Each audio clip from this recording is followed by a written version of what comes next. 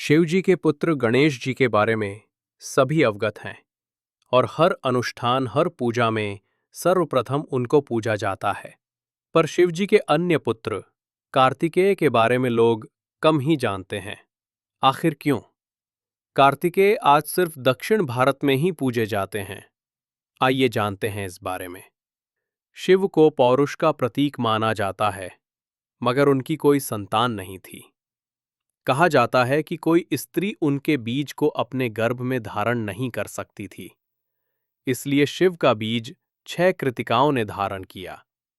भ्रूण विकसित हुए।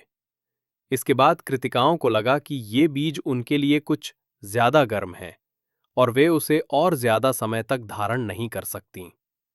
इसलिए उनमें सृष्टि के किसी खास अंश के प्रति जिम्मेदारी की कोई भावना नहीं थी। इसलिए उन्होंने इन बच्चों को अपने गर्भ से बाहर निकाल दिया। उस समय वे बीज से थोड़ी ज्यादा विकसित अवस्था में थे।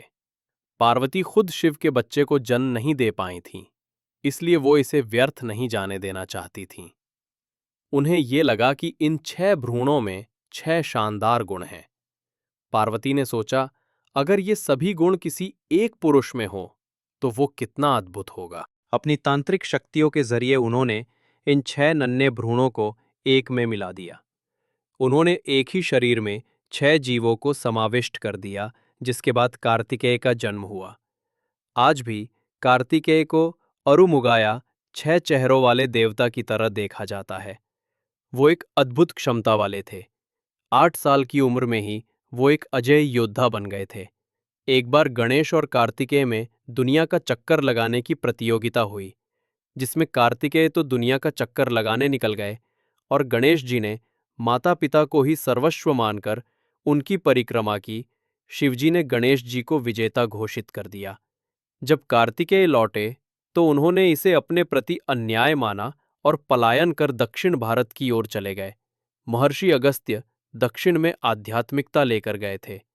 जहां भी अगस्त्य को विरोध का सामना करना पड़ा, वहां कार्तिकेय ने युद्ध लड़ा।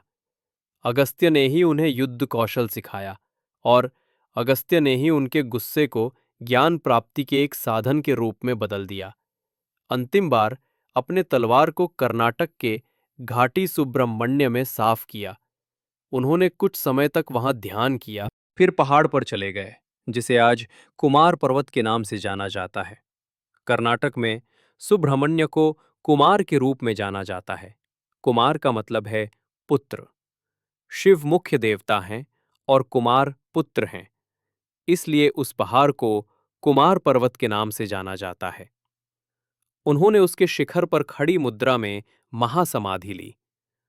उन्हें दक्षिण भारत में मुरुगन के नाम से बहुत पूजा जाता है, खासकर तमिलनाडु और केरल में। वे देवताओं के सेनापति और साहसी योद्धा थे, जिन्होंने तारकासुर जैसे राक्षस का वध किया था।